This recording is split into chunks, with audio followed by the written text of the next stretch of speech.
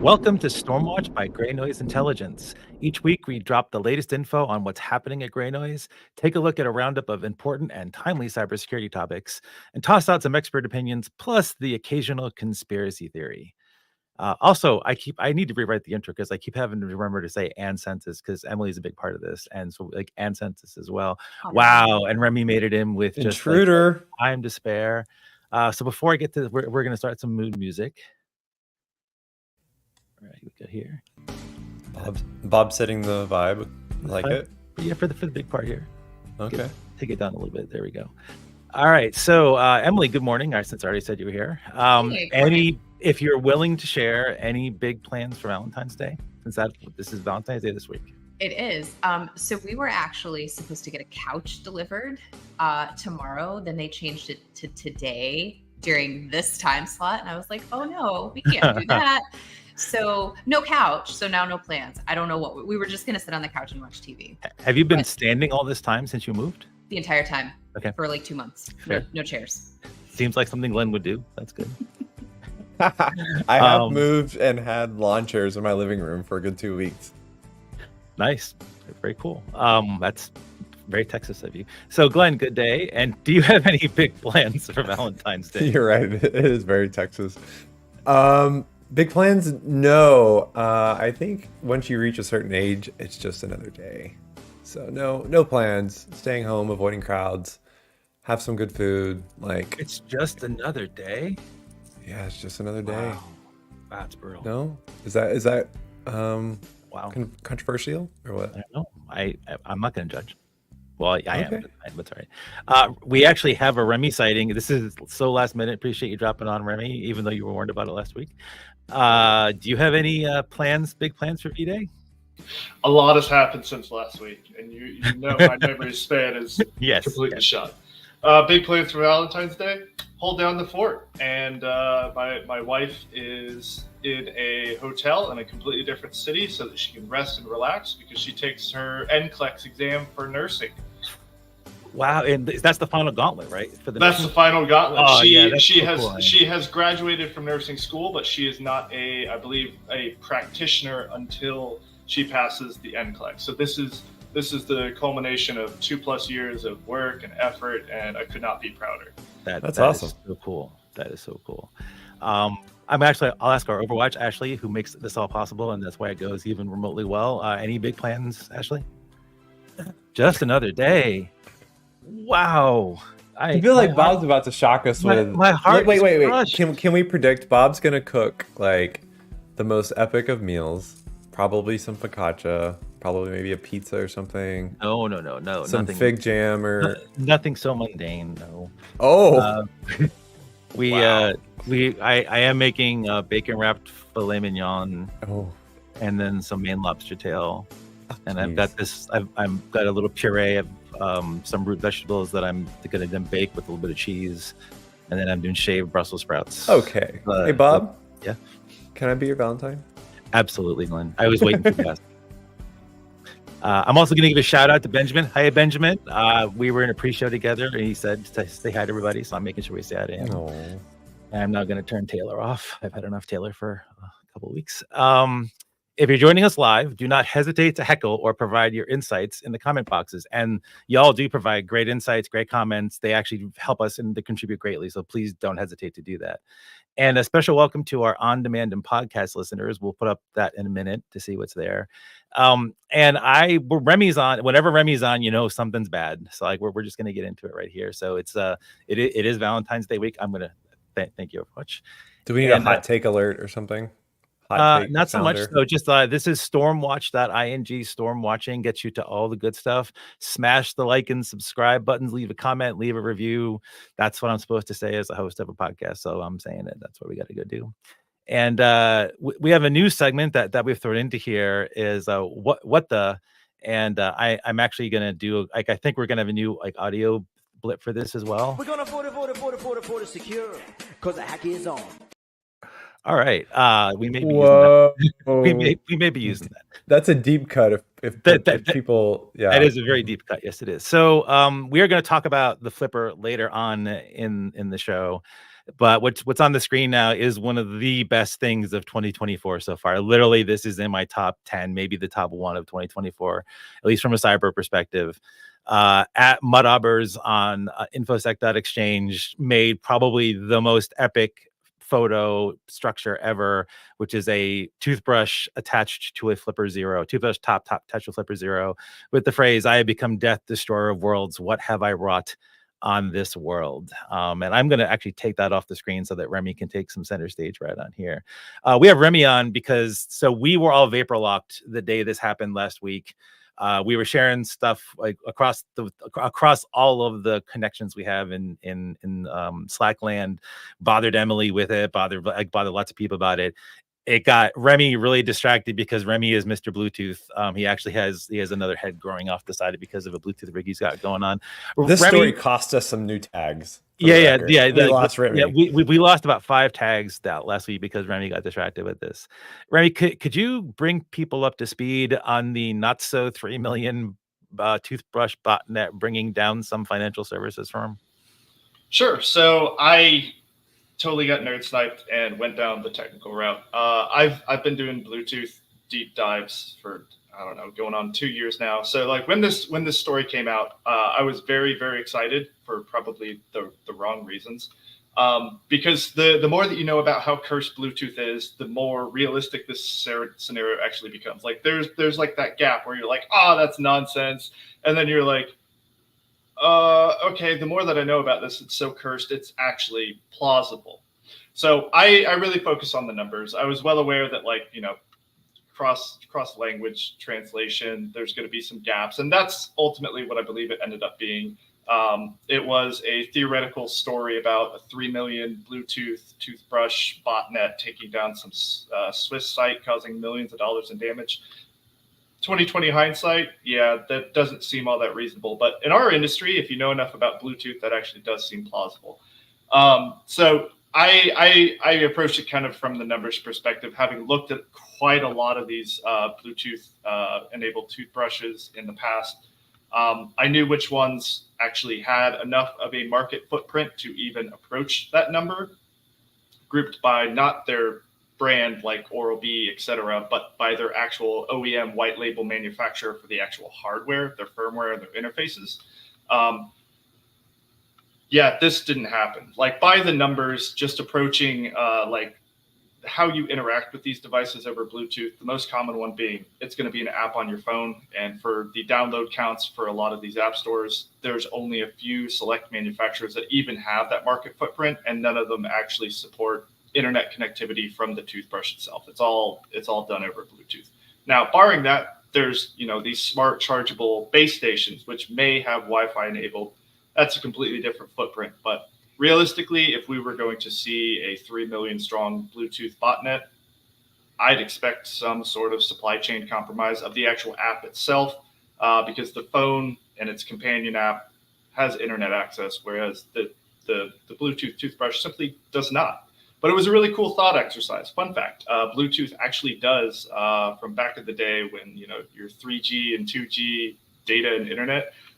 Does anyone remember this? For like the few people who were doing this, you could do an Ethernet hotspot over Bluetooth from your phone. Yep. You didn't have to have a Wi-Fi hotspot. There's actually drivers and interfaces that are baked into the spec for that.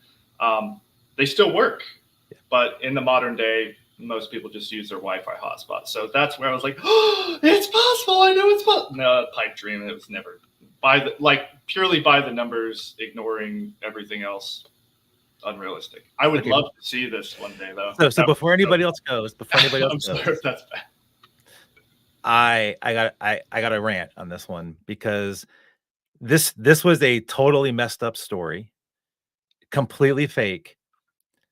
2 German newspapers paywalled. You can't read the article without getting past the paywall. Actual reporters who are supposed to, you know, report by digging into a story and doing just some of the quick analysis that Remy did in his head about, you know, how many toothbrush manufacturers are there? What is the potential reach of those? Actually, it's kind of reach of those manufacturers, and just do some logical connect the dots. but for you to throw a bombast and even like maybe go confirm that there was a hack at an actual organization. So while Remy is all well and good with letting these people off as an innocent just mistake that anyone could possibly make, I think these people, I think the reporters should be fired. I actually think the reporters should be fired, and that the newspapers should be forced to take their paywall down for a month. That's kind of where I'm at with it. Hey, I like that punishment. Like you do something like that, you lose your paywall privileges. Yeah. Fun. I had to do that because this is such an egregious, like, just breach of reporter. Like they literally did no work for, like, they found like someone dropped a PDF somewhere, they read it and like, ooh, I'm going to make up a story. So it was a hypothetical, yeah. Like how many companies like us and Intel companies lost, basically we spent money on wasted time. Now, it was fun to watch Remy like dive into this because it took him about 16 seconds to already have I don't know. I hope I'm not sharing too much. You already have like so much. I already had it already. Yeah. So you were like, oh, well, if this is true, it's going to be one of these like 4 firmwares and based on footprint and market sales. And so like within like 3 minutes, you already had, if it's real, it's in this. And you were just like going to town. And so from that aspect, it was pretty fun to watch. The logic solving puzzle to get there. But I mean, it was pretty apparent early on, but the story just lasted forever.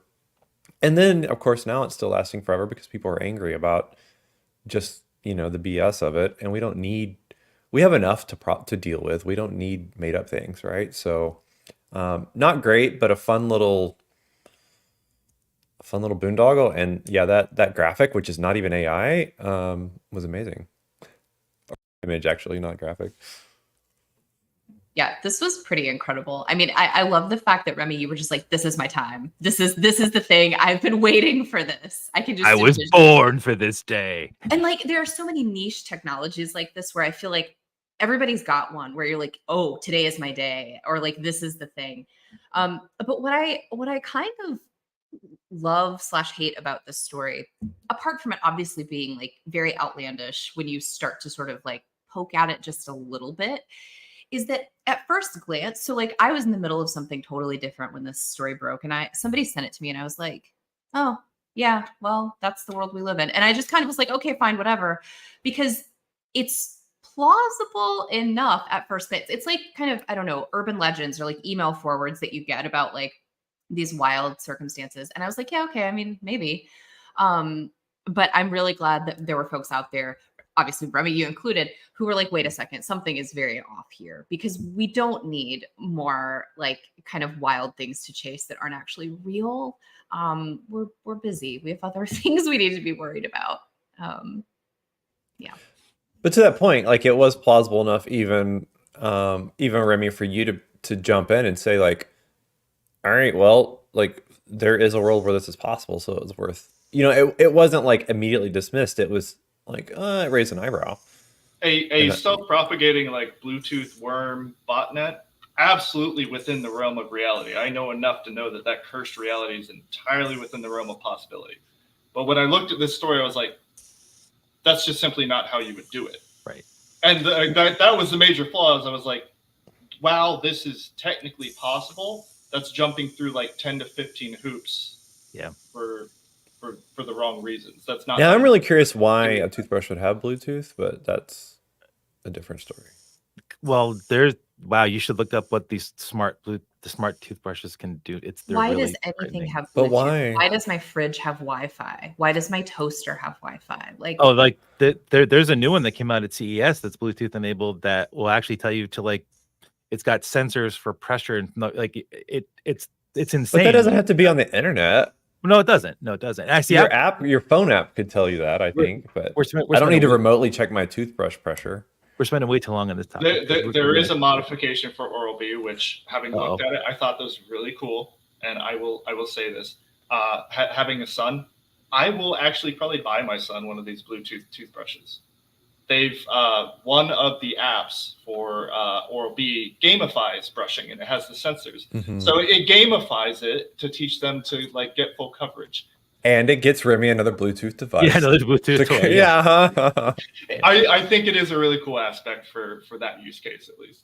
Yeah. I mean, for me, I was just hoping that this was like a somebody hacks phone, does log4j attack against base station, causes all the base stations to hack the internet. That's where I was really hoping that, but that day will come. That day will come. All right, we're gonna Remy. You are welcome to stay. You're also welcome to go get real work done if you want to, but you're welcome to say your opinions. He's gonna make up the time he lost to that story. We're initially covering for a high five. The shout out to like the Google researchers. So not every part of Google is horrible, just like not every part of Microsoft is horrible. And this is a great. If no one read this document last week, I really encourage you to go do this. It's their report on commercial surveillance vendors, and it's all about spyware and CSVs, which means something different to Emily and I than it does to everybody else in this call.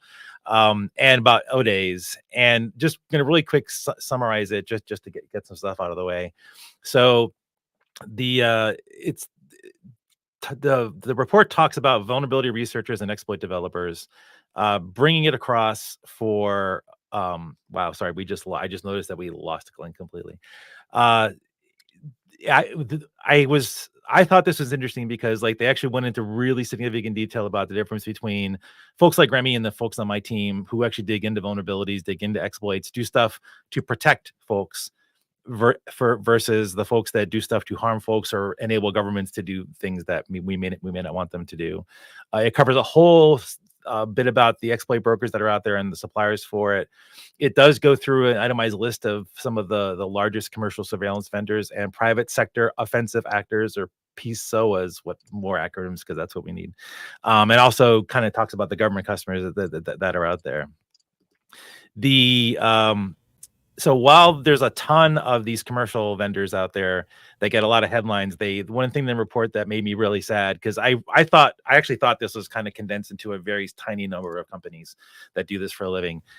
Just like everything else, there's boutique shops and there's like tons of independent folks out there that do all those things. So that was kind of just like depressing that it's going to be hard to squash it if we actually can do that.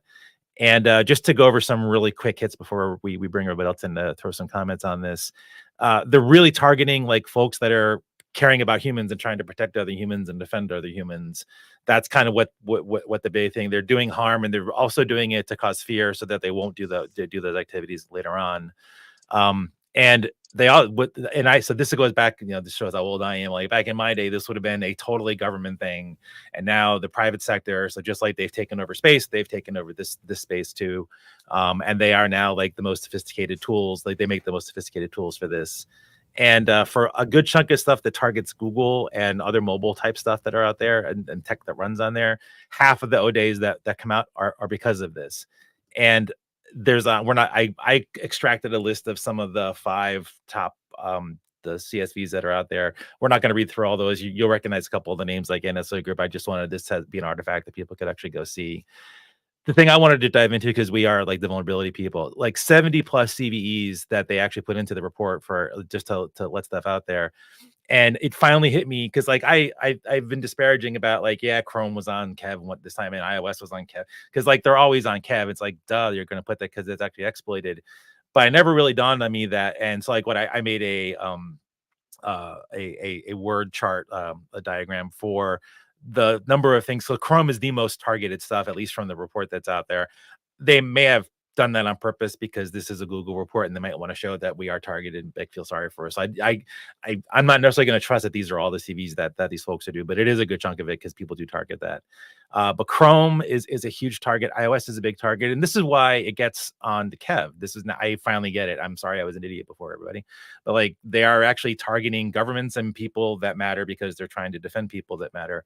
And this isn't great that this is something that we're seeing happen on a increasing basis.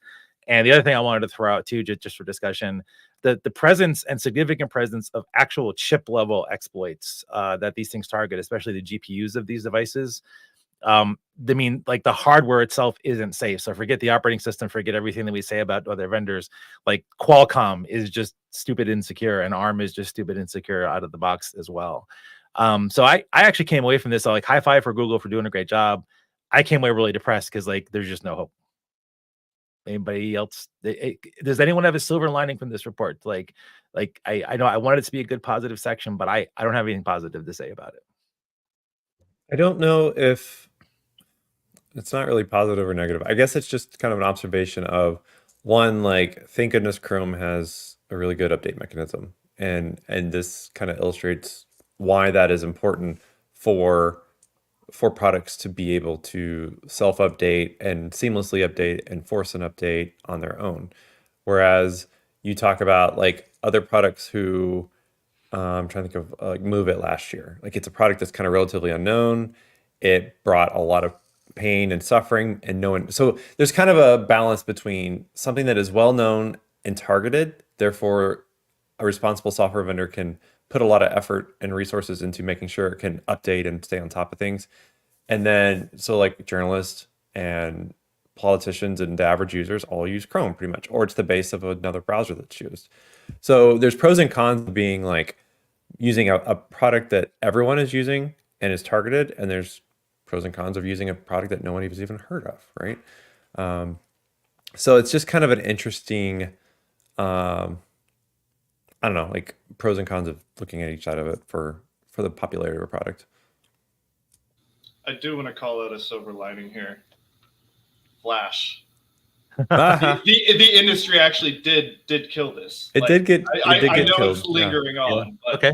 Largely, I mean, the fact that it's on this like high-ranking chart, and the fact that that technology largely has been killed for modern operating systems and integrations, I'll take that as a silver lining. Like that's objectionably good to me. Okay. Emily?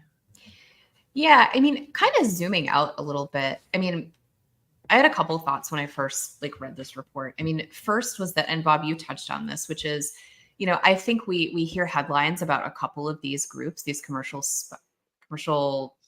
surveillance vendors. I do too. Yes, it's our word. They took our acronym, Emily. They took it. They stole it. You want your comment back, folks?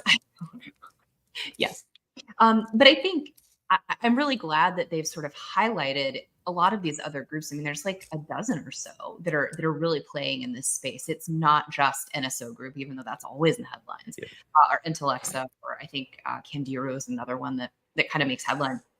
And so I like that we're talking about these more in the sense of like they're not just one-offs. Like these are actual groups that are like there are a number of them, right?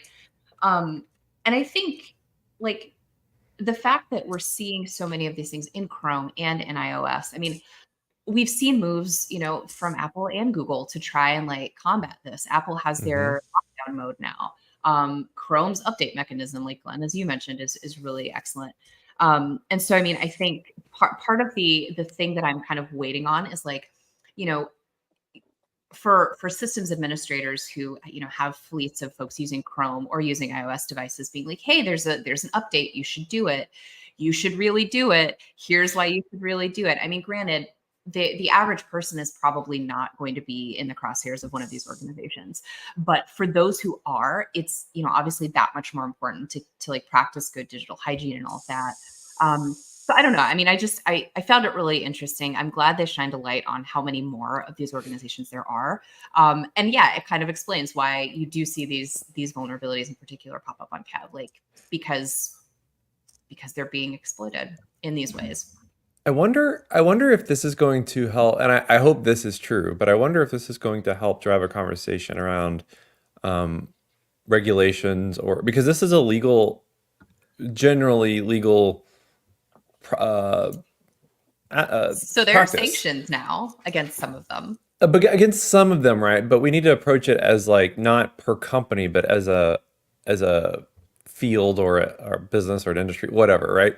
So, I mean, on one hand, yes, it's good to have researchers digging into things and finding these vulnerabilities so that we can report on them responsibly and take care of them and protect people. But the focus of these organizations is to find them and sell them for massive money so that governments and whatever. So basically they can be used in very targeted ways. And so that basically, I keep in my head wanting to like relay this to like the whole encryption fight where people are like, everything should have a master key, like you get locked out or whatever. And I feel like this whole scenario kind of proves that that's like, I don't know, I just find like this like yin yang between the fight against encryption for all and commercial spyware, like being a part of like 70% of 0 days. Like, I think that the amount of churn that could be created in this space can certainly be problematic for like the shelf life for a lot of these commercial spyware vendors. They were short, yeah. What was it recently? The Beeper Mini, the Android-based app for iMessage. Yep. I had quite a good chuckle about the idea of like an NSO group member having to come in on the weekend because, you know, this private company who's like, we just want iMessage on Android, and you know, they're figuring out how to reverse engineer iMessage, and Apple's kicking out their methodology, and it's this back and forth cat and mouse game of all these different methods for Android users to use iMessage over like 3 weeks. I'm just imagining some NSO worker coming in on the weekend like, oh, they took it again. I got to find another. I found that quite hilarious. The more churn there is in the industry from like any amount of pressure, I think is objectionably good. That's kind of why I brought up like a while back ago, like I have a big concern of not like, just hear me out. Like when the kinetic wars are over, hopefully soon, but like when they're over, there's going to be this stockpile of spyware and ODAs in these groups that have that short shelf life. And so I feel like when that kinetic is over, the next few weeks or months are going to be terrible for us as defenders, because they got to get them out. They got to use them. So it's going to start like just flying off the shelves in some way or another. Well, the segue from that, it's a little bit, it's tangential, but it goes like, I want to actually referring what you said earlier. So you talk about regulation. So I thought this, on March of this year, and we weren't around to cover this back then, was a joint statement on the efforts to counter the proliferation and misuse of commercial spyware. And I just think it's funny that a whole bunch of governments got together and said bad spyware, bad, when like they're some of the most egregious users of this stuff. Pot meat kettle. Yeah, and like they're doing it against people this stuff should not exist. I mean, it should not technically exist at all. And like I'm not naive. I'm not whatever. I get that this is life. But at the same time, it's like it's adorable that all these countries come to, oh, this is bad, very bad. We don't like this at all. Where they're giving the millions of dollars to make this stuff profitable for people. It's bad for everyone else, but the person saying that it's bad. Yeah, we're gonna move on because maybe we'll have some funner things to talk about, or at least something that we can do about. Because there's not a lot we can do about ODAs in software that we use every day and rely on every day. Emily and one of our pre-show things got together, was all excited about Volt Typhoon, and I'm not going to make Emily talk about it completely, but there was the great start. Like I love pimping CISA. I love saying all the great work that they and the rest of the orgs do, especially when they combine forces with other units in other countries. And this is a great document that talks about Volt Typhoon and the infrastructure, and all about the PRC state-sponsored actors who compromise and maintain persistent access, specifically to U.S. critical infrastructure. And so it is a great accessible read. I think CISA does an amazing job making all their publications very accessible outside of Wonkville. And if you want an even more accessible story to it, there is a great post over on, if folks don't follow the stuff on Lawfare, it's a great site. They got great podcasts. They've got great blogs. We don't get paid to say that. They just do. They do great work. And they've actually brought on a whole cybersecurity component to what they do, and they explain things just like for normal people. So I really appreciate that as well. And they have a great story about Volt Typhoon, Keep Calm and Carry On. And just to really summarize that before we dive into things. So just the TLDR, they're a Chinese cyber group. They compromise IT environments of all of the critical infrastructure, telecom, transportation, everything. They have the potential to disrupt critical infrastructure during geopolitical tensions or military conflicts. There has been a cyber knife fight going on between a letter numbered group and Avanti, which I find interesting. I don't think you need a knife to actually fight with Avanti. You could probably use a broom or a hand or something. There is some positive news that the joint forces stopped the KV botnet. And there have been a number of successful FTC actions in the U.S. against data brokers and various other things out there. So it's not all sad trombone. Like, it is scary. It's a little bit out there. But one reason why Emily, I want Emily to talk about this more. There's a great blog. You should really go read this blog. You should read it for lots of reasons. One reason is they first time that in my memory publicly that Census is showing both honeypots and non-honeypots in their scans, which I love. It makes us stronger because we have to make ours like harder to find. So it's I love that, but also to show folks the number of honeypots that are out there too. It isn't just us. And so this is water ICS exposures. Can you talk about the blog, what led you to do it, and what some of your findings are, Emily? Yeah, absolutely. So obviously Volt Typhoon and state-sponsored activity is kind of a backdrop to all of this. And interestingly, the day that we published this blog is also the day that CISA released the advisory around PRC state-sponsored actors using critical infrastructure to essentially find a way in, be able to move laterally then in these critical infrastructure networks. And what's interesting about this, they call this out in the advisory, but I do want to just kind of dwell on this for a moment. That was not a dwell time joke, but I do want to like pause on this for a moment. In that, from a cyber threat intelligence perspective, this is a little bit different from what we've seen from China in the past, right? Like historically, China has been really associated with espionage and kind of intellectual property theft and those types of things through different means. But now this kind of new wave, if you will, with Volt Typhoon is really focused around getting onto these IT networks via OT assets. And so this is a whole different realm. I feel like historically, maybe we've thought of like Russia as a player in this space, not so much China. So now we're in this very interesting geopolitical situation. And so for us, knowing that, water and wastewater was one of the affected industries where they've confirmed, yes, there are actors in these systems. We actually wanted to go and look, okay, how many of these are actually out there? And beyond that, because this is a whole other problem, how many of them can we identify owners for in the US? This is a really tricky piece of the puzzle. And so the blog that we wrote actually kind of steps through, like it gives you a little background. We talk about the Municipal Water Authority of El Quipa in Pennsylvania, the hack that happened there late last fall, which, thankfully it was done by an Iranian state-aligned actor, we'll say, script kiddies kind of, but they defaced these panels on these machines, which there was no disruption to operations, but I think that's a little bit of a warning for us. It's like, this was so easy for them to get in. This was trivial. Those panels used a default password of 1111.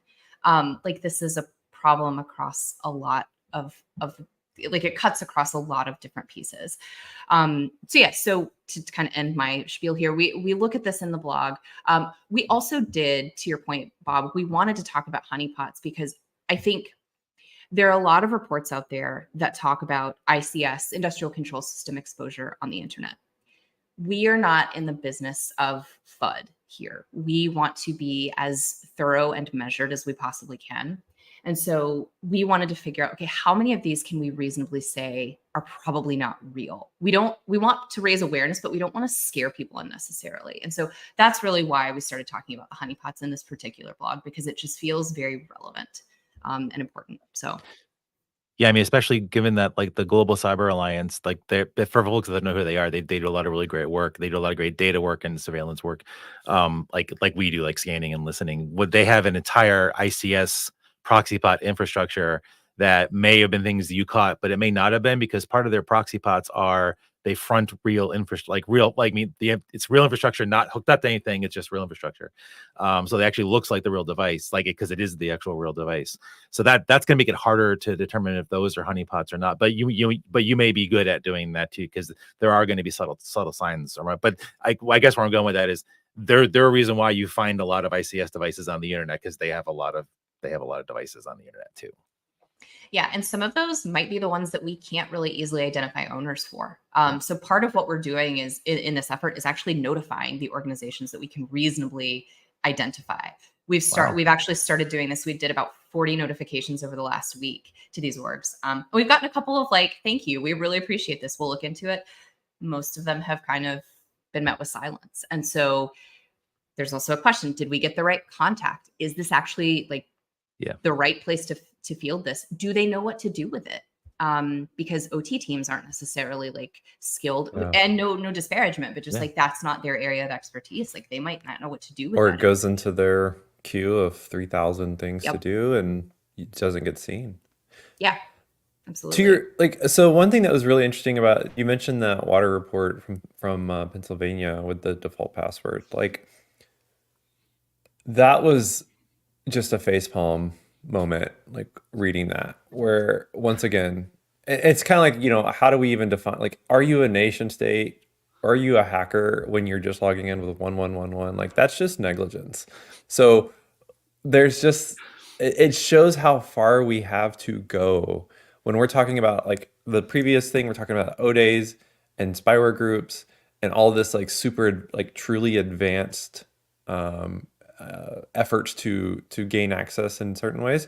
And then on this hand, we have very critical infrastructure that was, the box was opened, it was plugged in, it worked, and they moved on, and it's been running for 25 years. And so, like, that's the breadth that we have to work in this field, and it just at times feels really overwhelming. Yeah, I think you're exactly right. And like, I think some of this comes down to like, manufacturers should know better. They should do better. This shouldn't be default. Like, you have to make the secure way easy for folks. You can't make it hard. And also, like, hopefully, like, if you're dealing with these devices, you would be able to recognize that like a default password isn't great. But the fact that we find so many of them just exposed to the internet, VNC exposed to the internet, some VNC with no authentication, like, suggest that maybe there's a gap. Some of these were set up when there was no internet, right? So like 1111 was fine because you had to be in the shed to log in. Yeah, and that's a fair point. I don't know, actually. Yeah, that's very possible. 25 years later, someone added a bridge, and here we are. Yeah. Well, this is sad, Bob. Yeah. I was hoping Remy, Remy had a shining light before. Any shining lights, Remy? No shining lights. He's going to advocate for Bluetooth. About OT and ICS devices being on the internet? No, I unfortunately do not have a silver lining. Okay. Yeah. Okay. Well, this is the most depressing show we've had all year. This is great. We're not bringing Remy back. We lost to Glenn again. This is not good. Because I was hoping Glenn, like, you all got to back me up on this one. So in our threat focus segment, we're doing something a little bit weird because we're going to talk about printers. Not going to talk about it very long, but Canon, and this is this popped up on Security Week, and I'm like, wow, 7, like, I know printers have vulnerabilities, printers have patches, but 7 critical ones were found in them, and like they patched 7 at one time. And I wanted to talk about it only because, well, and like, so I'm gonna ask Emily first. Please tell me you didn't find any printers on the internet, Emily. Please tell me there's no printers on the internet. Oh, you know better than that. There's like, but I don't wait. I don't scan anymore. You do still over 100,000, really? Yeah, and that's like excluding known or like very obvious honeypots or things that don't look real. Yeah. Wow. Okay, so that's horrible. So that's bad enough. And like, they shouldn't be there. I'm not even. We're not right. I'm done with. That's terrible. I don't care anymore. But on the inside, because we're talking about living off the land, that's a through line again through this whole thing. I don't think people still in organizations, especially ones that aren't resourced well from a cybersecurity professional perspective, truly realize just how useful these things are from a foothold standpoint. Like, if I were to run a hacking empire and we were to try to get it, if we did get initial access into an org, I would have my folks find these stuff like this immediately, because the printers don't get turned off, they never get patched, and multifunction devices don't get turned off, they don't get patched. They have a lot of great stuff on them, especially if they're multifunction devices, and they're just great places to launch other attacks from at the same time. And we don't talk about that a whole lot, because like we talk about honeypots and Emily talks about the scanning part, but we care about the inside of the org too. And like this, it just seems to me that this is something that's really overlooked. And I got to believe that there are critical infrastructure or other places that CISA has responsibility for that actually have attacks that come in this way that we're not hearing about, because they're not hearing about them because they're not detecting them. Like, it's a belief system I have. Am I really crazy about that belief system?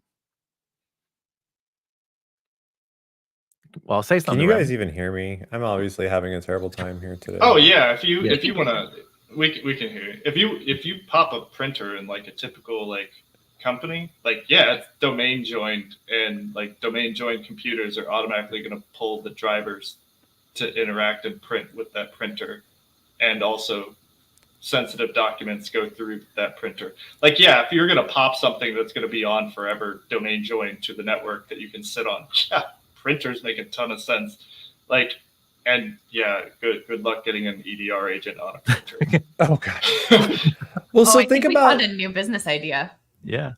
So think about like real estate companies or small or mortgage companies or these really small shops that do that to do their business are scanning and copying all of your sensitive data, right? Like your bank statement, your driver's license, whatever. And again, those are the small shops that aren't going to have most likely any IT staff to like keep these things up to date. So these are kind of sort of forever vulns in a way. And I was doing some research because I was pretty fascinated with this story since like it's fun to hate on printers, but here we are again. But I don't know the sample size, but basically the outcome of the percentages was like 61% of companies that were surveyed in this survey that I was reading, like had suffered a data breach due to unsecured printers. Like that seems really high. Like that's so it feels like this should be getting more attention than it does in large organizations. But pen testers are going to love this. So yeah, this is I threw this in here just for the heads up for folks that are out there. These things don't get in any of the like major things. I think we'll never see them in Kev. So we're never going to point that out, and we'll never have that as a review that we go on here. But I figured it was good to throw in.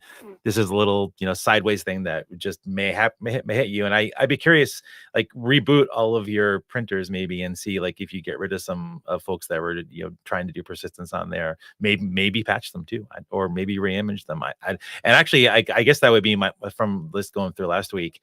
I have no idea how big the actual real offices of Cloudflare is, but did they actually do the printers too? Like, did they was all in all those devices and servers? Did they actually touch the printers too, or no? Because it's easy to overlook. This isn't a dig on them. Like, did they do that? Like, because they didn't call it out specifically. So I'm just curious. No, that's a can of worms that I don't. Yeah. My brain wasn't ready to open yet because yeah. Not good. I also like Ghosty Glenn better than Glenn. This is great.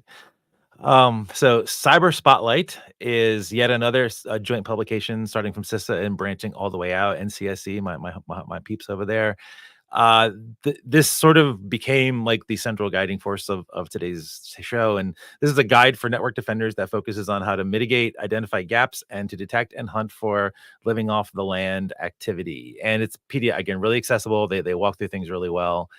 And the couple of things they do state in here, which is not, it's hard, again, like it's a really depressing show, everybody. Organizations lack effective security and network management practices that support detection of malicious living off the land activity. There's a general lack of conventional indicators of compromise associated with this. And living off the land enables cyber threat actors to avoid investing in developing and deploying custom tools. Remy, can you give a real quick summary of your view of what living off the land means, since you do sort of hack to a degree? Living off the land is quite fun. I mean, the fewer things that you can do that trigger anomalous activity to some sort of manual observer, someone who is actually looking through the logs, the easier it would be to get by that. If you're able to hide in the noise using, CertUtil or something like that. I know that, if you're a defender, you probably know that CertUtil can be passed the flag, very similar to like wget to download a file from a remote location.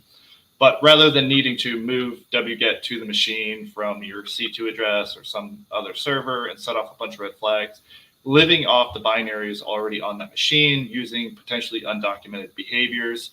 That is really, really useful for kind of flying under the radar. Oftentimes, if you're able to find something which is able to directly execute entirely in memory, that's another fun one. The less things that you can do that touch disk or reach out over the network before you have persistence or a really solid foothold in that box, the harder it's going to be to root you out or even find you in the first place. This is something where, like in a previous role working in a SOC, you could really understand the benefits of, as an attacker, kind of what you were saying, Remy, is using the tools that are on the box, because you are able to bypass any alerting for like downloading. It sounds like an egregious example, but this happens. Like people will get ingress to a box, and then they'll download Metasploit onto that box. So you can have alerts for, hitting up Metasploit, downloading a file, whatever. So if you use what's on the box, you bypass a lot of that ingress, like DNS kind of based alerting. And then you really have to have a good EDR agent to essentially start capturing all this telemetry and doing some correlation between the activities that are happening on the box. Otherwise, you're not, quote, seeing anomalous behavior because it's already in the box. And so like PowerShell, that's a big one for folks that are, getting access to a Windows box. Sudo coming to Windows, that'll be interesting. Like there's a lot of things that are already built in. And as Windows turns into Linux, like in this slow burn, it's going to get more interesting and give attackers more tools, out of the box. So essentially, like from an organization, for an organization, you really have to, if you don't need it, if that box doesn't need it, you can remove those tools just because they came with the OS, the application. You don't have to keep it on there. So again, least privileged. Okay, so I need to riff off of that. I was hoping one of you would set this up so I could ask Emily this question. So Emily, you and I are in a particular side field, which is data science, which uses all the things Python.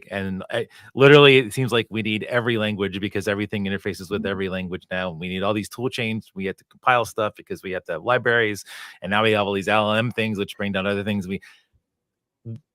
It must be a nightmare to have to be in charge of IT and have folks like us on staff because we have everything. Like I'm like, I'll let you answer in a second. I remember in like one of my first real gigs at a large corporation, we were voracious about like nothing is on the system.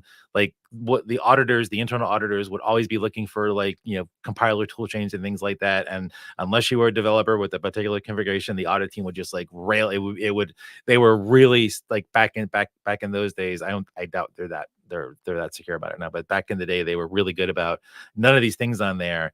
And now that like Linux is everywhere via BSD on Windows, on Macs and devices, and Android's Linux.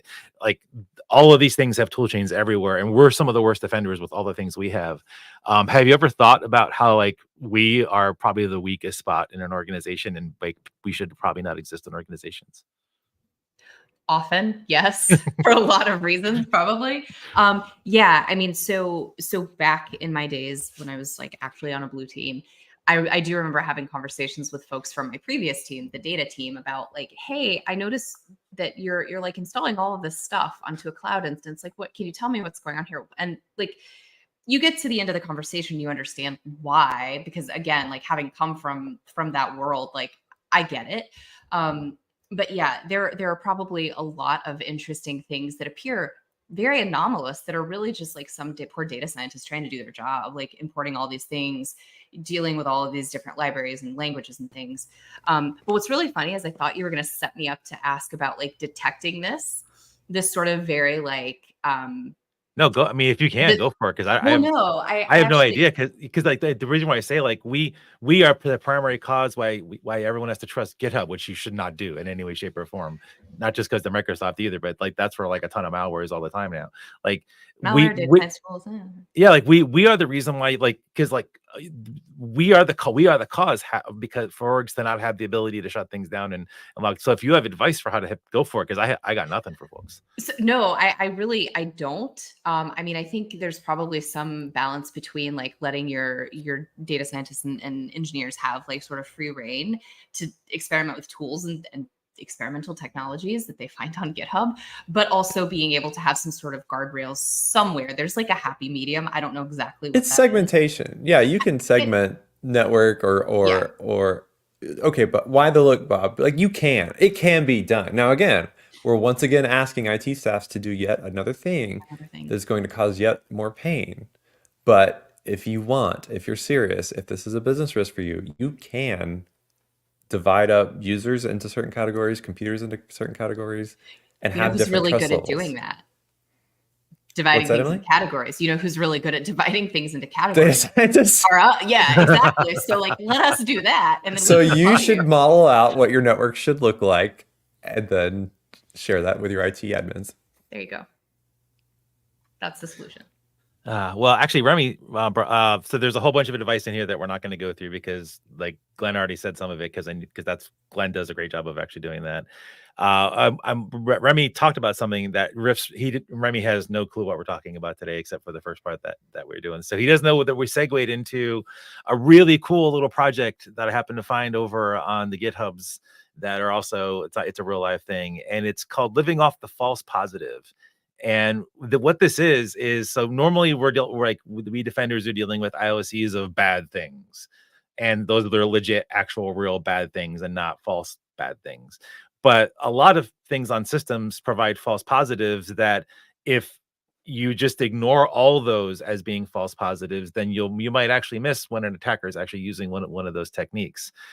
This is a brilliant idea by Broken Lab. I don't know who all the folks behind it are. We might want to try to get them on the show just to talk about like what inspired them to really go do this. But the gist of it is it's an auto-generated collection of false positives. They've sourced it from a whole bunch of different popular rule sets that are out there. They slam attack on top of it, the attack tactics and techniques, along with where everything came from. Lots of details about the detection logic and everything. And what's really cool is this isn't just a resource for the folks that have it super easy, the breakers, the red teams. You all have an easy job. Sorry. But you can use this to blend in easier, which means also like bad people can go do that too. But this is a great tool for blue team because you can use this to assess where your weak spots are and maybe talk to your data science friends about how you can still detect some bad things, despite the fact that there are a lot of false positives in here. And they get this info from a lot of different places. And just to give a quick example, I won't read through it, but it's just in the docs in case someone is going to go to the site. I literally picked on Okta just random. It may have been like forced memory random versus actual true random, but it's an Okta rule, whereas the user may have multiple sessions open at the same time on a mobile device and on a laptop. This is a really common false positive because that is a thing. Now, it might not be a false positive if it's on the laptop in the US and on a mobile device somewhere out in the world somewhere. So just really great examples of those things, very practical things. And I was just curious. So Remy, do you think this would help folks do a better job of being able to understand what these things are and begin detecting some of this stuff? I think that this is a really, really interesting. I read this. So one of my favorite parts about false positives is, the pattern matching in the rule sets. And we do this a lot in like our current position for writing network signatures.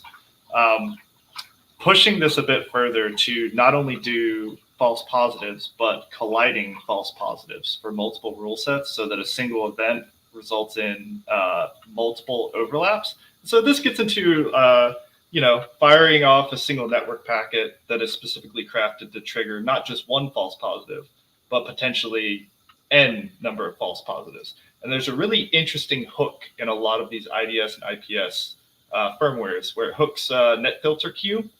By default, it has a drop-off point where it passes through things completely uninspected. So taking this research, I encourage someone to push it a bit further, because you can go from being triggering false positives to being completely invisible. And that is a major flaw I'd like to see fixed. Are we on a delay? Can we Can we drop that? That is not where I was hoping he would take this discussion. Oh, I poked at this and a while ago, and I was like, oh no.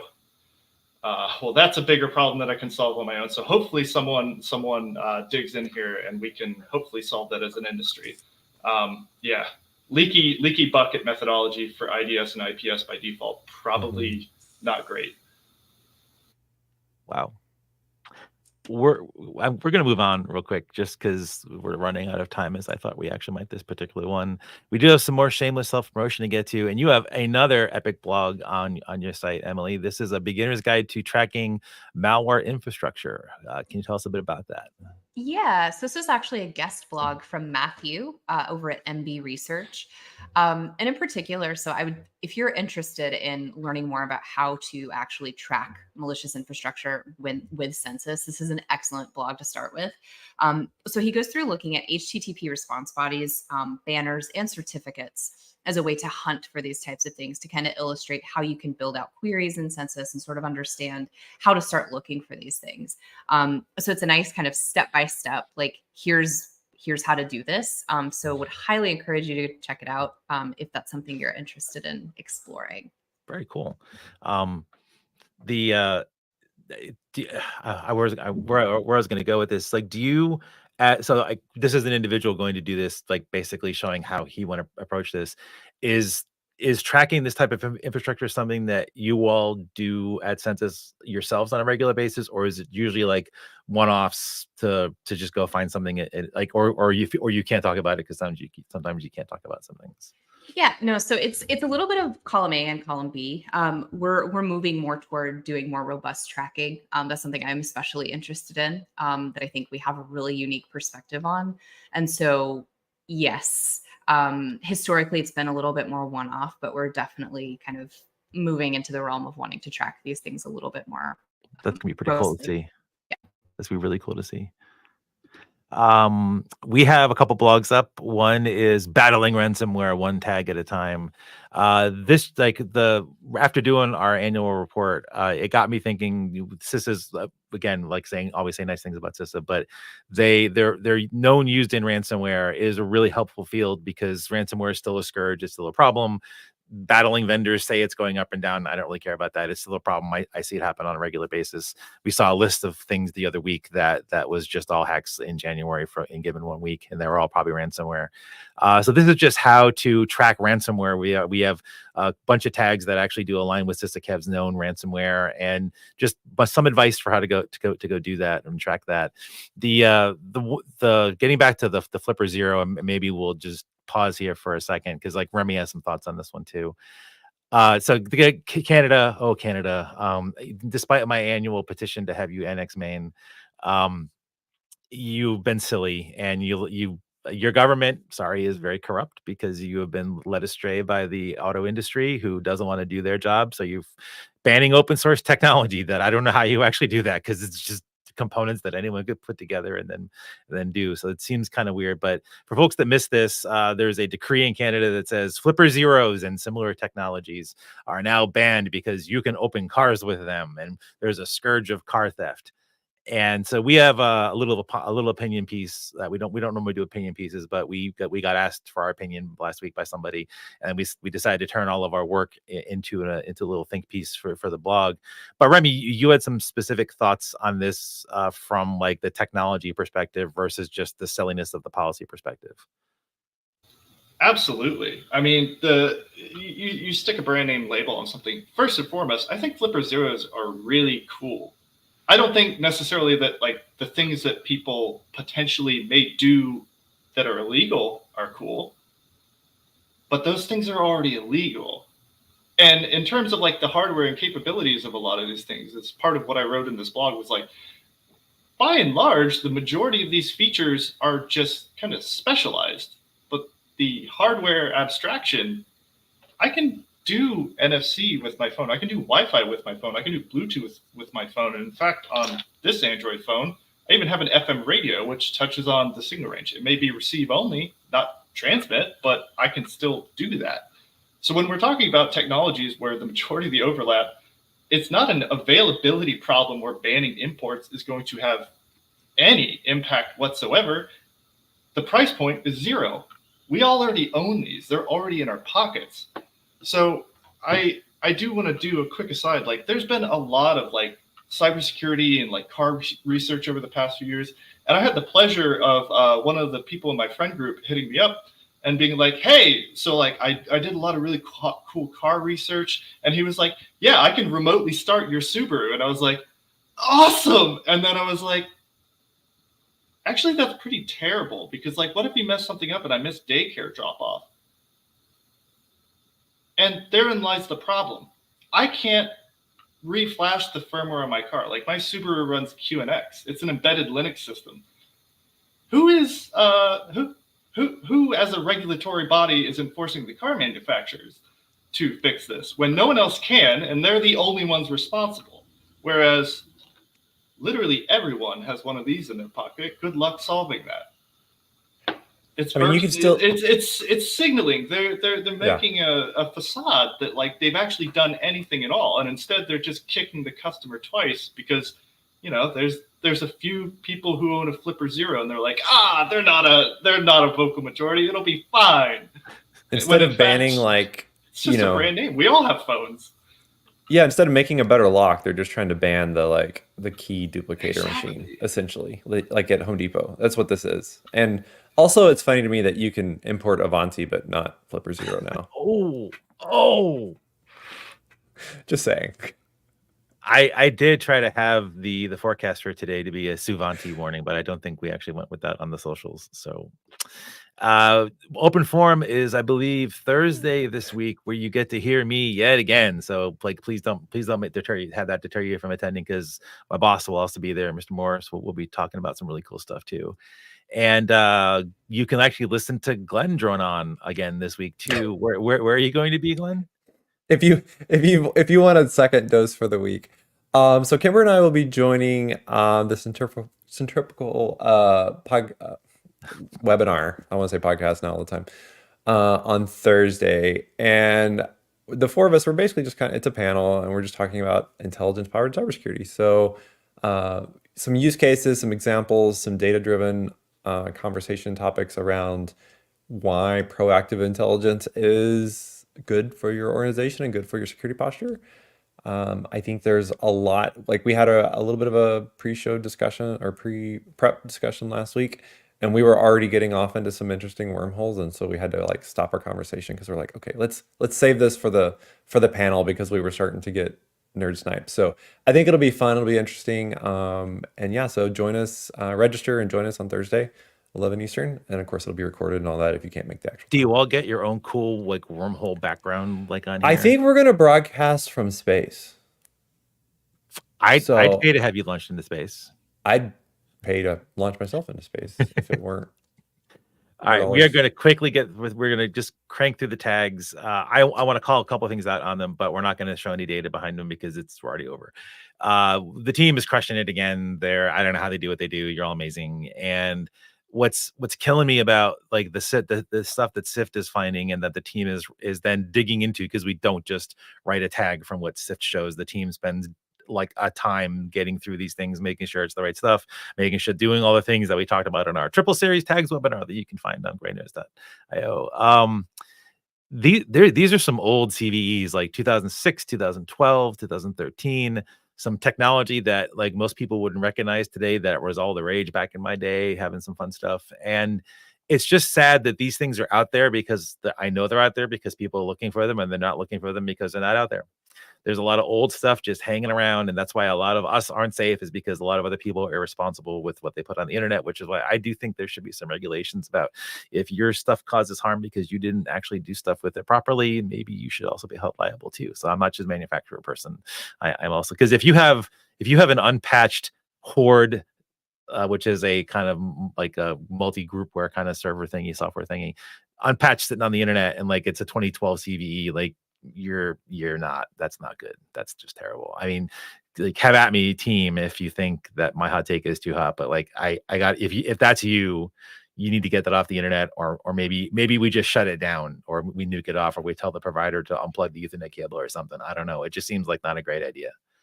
Aiding and abetting at this point when it's that old. And please tell me that there's not a Kev. Please tell me there's not a Kev. You gotta check. There wasn't like 2 minutes ago. Yeah, and Todd doesn't appear to have joined us. Like, yelled at him directly. Okay, good. No Kev. There are 3 of them. I forgot that Fortinet was one of them. That's not why I actually used the Forti Secure thing. That's just was the thing. Brown Cube was the most recent one yesterday. So patch all your things, do all your stuff that's out there that you need to go do. And time is coming to a close. Thanks for everyone that hung around for this, and thanks everyone for joining here. I'm going to ask our closeout question to all you as we drop off. I'm gonna first start with the Overwatch. So Ashley, what is your favorite Valentine's treat? Because you don't necessarily have to have it be a special day to have a treat on that day. Do you have any special treats? Edible arrangements, like healthy, very healthy. That's great. Those are good. That's very good. Yeah, Remy, any special Valentine's Day treats that you like? Steak. Fair. Fair. I think what's the thing that they sell at the Gordon Ramsay restaurant? It's like the steak where it's like wrapped in like the pastry dough. I'm getting one of those. I'm Wellington? Wellington, yeah. Wood beef Wellington, yeah. I'm getting one of those. Is it heart shaped? You can. I hope so. Yeah. That'd be wonderful. It's hard to wrap those, but you can get them that way, yeah. Glenn, do you have a fave treat for this? I'm pretty simple in this aspect. I love the little chocolate heart things, like not the kisses, but like, you know, the cardboard thing you open, it has a little with like random chocolate things in it. Yeah, I really like those. You like random chocolate things? I do. Chocolate roulette. Yeah, I do. Wow. I mean, it's gotta be good chocolate, but like, I do enjoy that. Emily, fave? So I really like the gummy X's and O's that Trader Joe's has this time of year. Like, they're wonderful. I don't eat stuff like that usually, and so like when they come out, I'm like, I gotta get those. So yeah. Do they just taste like gummy bears or what? Yeah, they're just like gummy candy. Okay. They're not anything. They're just X's and O shaped. They're not. They kind of phoned it in. They're red and pink and like clear, and that's it. I tend to make a dark chocolate fudge brownie cake in the shape of a heart at this time every year. So that's kind of my fave thing we go do. Man, Bob's killing I feel us ashamed with of my answer. If you look at, you can be my Valentine if you fly for, dude. Come on, it's good. There's room at the table. Well, we've been all over the place today between technical difficulties on my end and the depressing conversation. Well, we ended up. Happy Valentine's Day, everybody! Yeah, well, okay, we called it Valentine's Day. Let's be clear. So, like, we caused half of our own problem on this one, at any rate. So again, thanks for joining, everybody. We will catch you next week on the next Stormwatch.